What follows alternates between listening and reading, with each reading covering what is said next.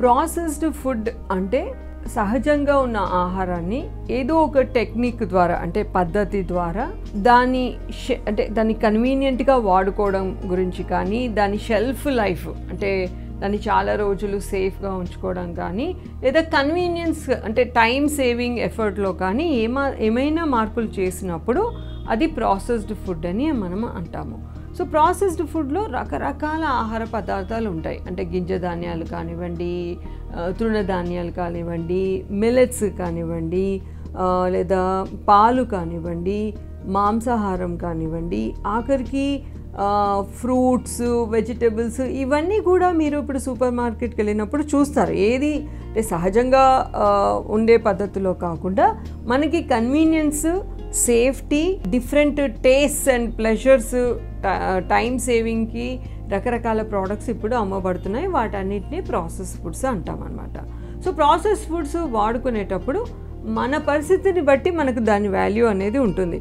ఒక్కొక్క ప్రాసెస్ ఫుడ్కి ఒక్కొక్క యూటిలిటీ అనేది ఉంటుంది. అంటే పోషక పదార్థాలను యాడ్ చేసి అంటే ఎన్రిచ్ చేసి కానీ ఆర్ ప్రత్యేకమైన ఒక్కో రకమైన జబ్బుకి ఏ పోషక పదార్థాలు అవసరమో చూసుకొని దానికి అనుగుణంగా కూడా ప్రోడక్ట్స్ ఇప్పుడు తయారు చేస్తారు. అంటే చిన్నపిల్లలు అయితే ఏం తినాలి, వాళ్ళకి ఎలాంటి ఫుడ్స్ ఎలాంటి డిజైన్ చేయాలి, ఇప్పుడు వృద్ధాప్యంలో వాళ్ళకి పళ్ళు లేనప్పుడు ఎలాంటి ఫుడ్స్ వాళ్ళు ఫైబర్ రిచ్ కూడా ఎలాంటివి మనం ఇంక్లూడ్ చేసుకోవచ్చు, ప్రెగ్నెన్సీలో ఏ పోషక పదార్థాలు అవసరం అవుతాయి, దాంట్లో మనము ఏమేమి న్యూట్రియంట్స్ ఇవ్వచ్చు, ఆర్ హాస్పిటల్లో అడ్మిట్ అయిన క్రిటికల్ కేర్ పేషెంట్ త్వరగా రికవర్ అవ్వాలి అన్నప్పుడు మేము రకరకాల ఫుడ్ ప్రోడక్ట్స్ వాడుతూ ఉంటాం అనమాట. ఇప్పుడు కొన్ని రకాల ప్రోడక్ట్స్లో మాత్రం చాలా ఎక్కువ ప్రిజర్వేటివ్స్ యాడ్ చేస్తుంటారు. ముఖ్యంగా సేఫ్టీ గురించి, ఉప్పు అంటే చాలా రోజులు నిల్వ ఉంచడం గురించి, స్మెల్, టేస్ట్ గురించి కూడా కొన్ని ఎక్కువ సార్లు మసాలాస్, సాల్ట్, ప్రిజర్వేటివ్స్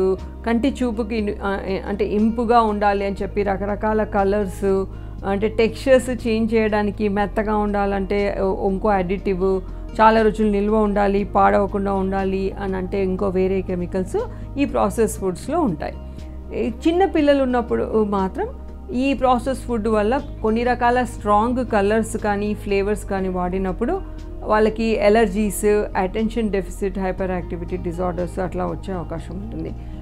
కొంతమందికి ఏమో ఈ ప్రాసెస్ ఫుడ్స్ కంటిన్యూస్గా తినడం వల్ల ఎక్కువ సాల్ట్, తక్కువ పీచు పదార్థము, ఎక్కువ వెజిటబుల్స్ అట్లా లేకపోవడం వల్ల ఈ ప్రాసెస్ ఫుడ్ వల్లనే ఇవాళ రేపు మనకు వచ్చిన ఒబేసిటీ, కార్డియాక్ ప్రాబ్లమ్స్, డయాబెటీస్ వస్తున్నాయనేది అదొక వాదన ఉందన్నమాట.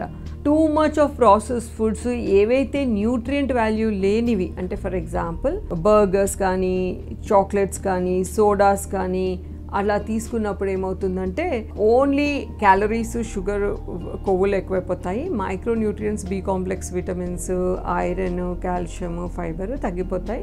ముఖ్యంగా నాన్ వెజిటేరియన్ క్యూర్ చేస్తున్నప్పుడు, ప్రాసెస్ చేస్తున్నప్పుడు ఎక్కువ నైట్రేట్స్ అనే ప్రిజర్వేటివ్స్ వాడుతుంటారు. ఇవి కొన్ని రకాల అమైనో యాసిడ్స్తో, అమైన్స్తో రియాక్ట్ అయ్యి నైట్రోజో అమైన్ కంపౌండ్స్ అనేవి తయారైపోయి అవి కొన్ని రకాల కార్సినోజెనిక్ ప్రోడక్ట్స్కి దారితీస్తుందని తెలుస్తుంది. ఎక్కువగా ప్రాసెస్డ్ ఫుడ్ అవసరమైతే మీ గోల్ బట్టి, మీ ఫెసిలిటీ బట్టి మీరు సెలెక్ట్ చేసుకోవడం చాలా అవసరము. అన్నీ చెడ్డవి కాదు.